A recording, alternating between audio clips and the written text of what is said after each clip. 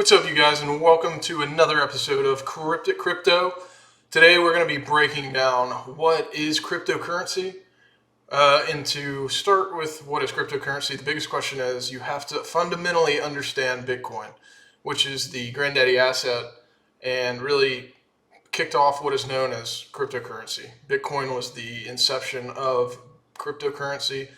And in this video, I kind of wanted to break down what exactly Bitcoin is, because in order to understand the crypto space, you really need to have a good understanding of what Bitcoin is, what the fundamentals are, and what is the advantage behind Bitcoin versus just the traditional monetary system and what we've had for the past thousands of years, and why this is different.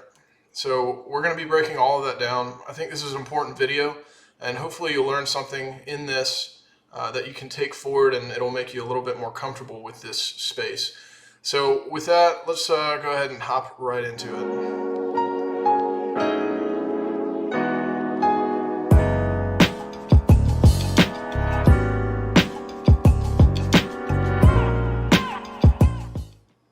Okay, Bitcoin. In order to understand crypto, you have to understand what is Bitcoin. So Bitcoin is the first engineered monetary system in the history of the human race. And to understand what this actually means, you have to understand three fundamental questions. The first one is, what is money? The second one is, what is the problem? And the third one is, what is the solution? Now, the solution is Bitcoin, but in order to get there, we need to understand the first two questions, which is, what is money and what is the problem? So in order to understand money, let's jump into what exactly is money. In our traditional financial system, money consists of an economy of goods, services, and property. You can break it down into those three fundamental sections. So basically you think of this as, how do I send you horses and you send me money, or any sort of transaction at all? And what this is basically when I send you goods, services, or property, and you send me money, let's say, this is basically a ledger system, which basically keeps count of the ownership of things in the economy. So you send me, say you send me 3 iPhones, and I send you $3,000. Well, that's basically a sense of a ledger. I get to possess and own these 3 iPhones, which have basic utility for me to use, and you get money in exchange. So how do we keep track in a fair distribution of who has claim to what? So you start to fundamentally talk about what is money and who owns the money and where does it come from. So the big question today, and the big question that has been a systemic issue in the history of time, is inflation. So if I double the amount of currency, but the output of goods and services remain the same, then the price of everything, scarce and desirable, doubles. And you've seen this in the past few years with the Federal Reserve printing trillions of dollars. The level of output in the United States has not changed much from our typical GDP output of, let's say, 3%, but our creation of money has increased about 50%. So you're adding 50% to the Fed balance sheet. So when you have basically the entire society, everyone was given a COVID stipend, stimulus, $1,400. You give everyone $1,400. Well, everyone has that much more money in their pocket. So if everyone still wants the same goods, the same desirable goods, then the only outcome that can possibly happen is the price of those goods go up because everyone has additional money. So you have more money going to the same limited supply of goods, services, and property. And you've seen the property go way up in the past few years. And this is why people my age, millennials, and really everyone is upset with the way things are going, because you feel like you can never get ahead. So this is a fundamental issue with the current financial system. Another important thing to understand, and this is more of an abstract, is that money is economic energy. A lot of venture capitalist firms, you can think of people like Warren Buffett, who are capital allocators. What their job is basically they're choosing what companies, what valuable companies, or what individuals deserve to have capital allocated to their business, which means they're choosing where the monetary energy is going. So if they think that something is valuable, if someone is running a good business, if this is a new technology, then these type of venture capitalist firms will assign that monetary energy. And what that does is really, once you throw $1 billion at something, this type of monetary energy creates wealth and creates value. So you're choosing which things will grow, basically. And it's a bit of an abstract, but all it is monetary energy, which creates growth in things that they deem are appropriate to have attention towards. And so that's really what money is. We've used, in historical times, we've used shells, stones, things of that nature to trade. But when you think of stones and shells, you can just go to the beach and find 1 million shells, and shells become worthless. Stones, maybe some island. There's an example of the Yapa people that use stones on their island as monetary currency. The Europeans came in, found that this was a form of currency. They went to a neighboring island that was plentiful of these stones, came back, and they basically enslaved everyone and were the kings of the island. So this is the problem with this type of money. So inflation is essentially the problem. So the problem with currency over the history of time is trust in the issuer. So basically, you're trusting an individual, a bank, a king, a prince, a government, a ruler, any of these natures when they're issuing this currency. They have total control over how much money is printed, where it goes sometimes, and it's just in the control of a government or any type of entity that's issuing that monetary value. So what we have going on in the world right now is currency collapse due to inflation, because when you have a monopoly on the money, you can print an endless supply of money. The issue with that is when you print an endless supply of money, then the value goes basically to zero, and there's no extra economic output. You're just printing money. But really what the economy is, it's not just printed money, it's the output of goods, services, and property. It's the output. GDP is an output. So if you don't have anyone making anything, you don't have an economy. You can't just print your way into a new economy. You have to have people, you have to make things, you have to make value, you have to create value in order to have an economy, a working economy. So there's two possible ways so it's a lot easier to inflate the currency than tax the people, which is why all currency collapses over a long enough time horizon.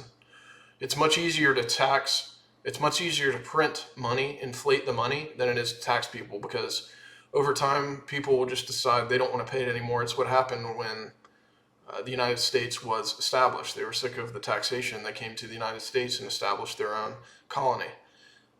This happens because of the taxation. Now, a lot of other civilizations in history have chosen to inflate the currency, and regardless of what dynasty or what civilization it was, it eventually collapses. So I think an important quote here, and Michael Saylor says it a lot. He says this: the road to serfdom is working exponentially harder for a currency growing exponentially weaker. I think there's a lot of truth in that, and it says a lot about leveraging your skills and what you can do to get ahead in this economy, because it's getting much more difficult to create the American dream as time goes on than it used to be, because of the amount of money printing that we are doing. A lot of value is accrued to the top earners, the highest wealth earners, and it's harder for people that are starting out at the lower end to get ahead and really accrue the value to become financially free as opposed to what it was even a decade ago. So really, when you think about it, when inflation's at 8, 9, 10%, the only way to stay ahead is to grow your cash flows faster than the rate of inflation. So if I'm sitting here and I work a 9 to 5 and I'm bringing home, let's say $100,000 a year, and I get my basic 4% rate increase every year. Well, if the inflation rate is 10%, just to make round numbers easy, I'm effectively losing 6% purchasing power every year because the currency isn't being inflated at 10% and I'm only earning 4 more percent every year. So year over year, I'm effectively growing poorer by 6%. So in order to stay ahead, and what this really means is that my cash flow year to year has to be at least on a 10% growth curve or higher. And so this is really the problem. This is the issue. And the solution comes down to Bitcoin, which is, again, the first engineered monetary system in the history of the human race. And so and really where Bitcoin comes from is it was a set of engineers, and they're all nameless, recoiled in the horror after the 2008 financial crisis. And they basically said, it's not fair. We want to create a better money. Using the internet and cryptography, the idea that I can sign something and it will not be tampered with by friend or by foe. It's basically a bank in cyberspace. So the idea of Bitcoin is if I had 100 people with money and they got together and wanted to create a bank in cyberspace, and we don't trust each other, we don't trust the government, we don't trust a corporation, and we don't even trust any one computer. We create a program that keeps track of a ledger of 21 million coins or shares in the bank, and it's divisible by 100 million down to what's called a Satoshi. So basically, when you buy a Bitcoin, you're buying a portion of the bank, and it's backed up by the ledger. There's no intermediary. When you sign and you move token, it doesn't go through any intermediary. It's the software, the code is what backs up the transaction. So this is, this is a perfect behavioral economic incentive system where if we all participate in the network, the entire value of the network goes up. Imagine when Facebook started. Facebook works by monetizing your attention span. The shareholders get rich and you kind of get abused. Imagine if Facebook had given any single user free shares. You would have told everyone about it and you would be passionate about sharing with others. That's exactly what crypto is.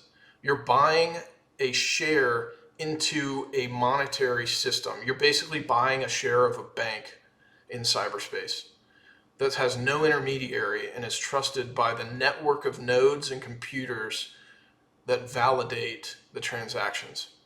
And because it's spread out and decentralized, no one computer can hack in because all of the nodes are validating every single transaction. So it's the perfect incentive program, because once you understand what this is, then you want to tell everyone about it to get in, because it's basically freedom. It's economic freedom. And it's a great savings account because there's only 21 million coins. There's no way to ever produce any more. The growth curve increases over time. So instead of having inflation that brings the value of money down over time, with Bitcoin, a fixed supply, you basically, the value goes up over time because there's no possible way to print more or create more Bitcoin. There's only 21 million. So as more people find out about it, as more people start to understand what exactly it is, more people will put their money into it and the value grows infinitely, really, or however long it's around. So this is really the fundamentals of Bitcoin, and this hopefully will get you started into the crypto space because it's a perfect savings account. If you can handle the volatility because it's so new, it's worth at least putting a little bit, I think, it's my own opinion, into the Bitcoin space. And this is really where I started. And once you get into Bitcoin, you're likely to start looking around a little bit, start going out the risk curve and start understanding, okay, I understand what Bitcoin is. Well, what is Ethereum? And what is the code? What does the white paper say behind Ethereum? What is their value proposition? So these are the type of questions that I was puzzled with at first when I got into the industry, but I did enough research to where I finally understand the abstract behind what Bitcoin is. And it's a beautiful thing. And I think it's going to be adopted. I think it's going to be regulated to some extent, which is okay. But the most important thing is it's a decentralized bank in cyberspace, which is immutable to hacking and being basically taken over because there's no trusted party. It's just code. Anyways, guys, that's the video. If you enjoyed this, hit a like, give me a subscribe, and hit the notification bells. There's going to be more videos coming out in the future. I thought this was a good way to just explain the space and try and get people interested in what Bitcoin is. So anyways, you guys enjoy crypto. Keep doing your research. Keep trying to understand what this is and where it's going because it's going to be huge. And we're at a good time. We're in a bear market. It's a great time to buy if you have some extra cash sitting on the side. So hope you enjoyed, and I'll see you back next time.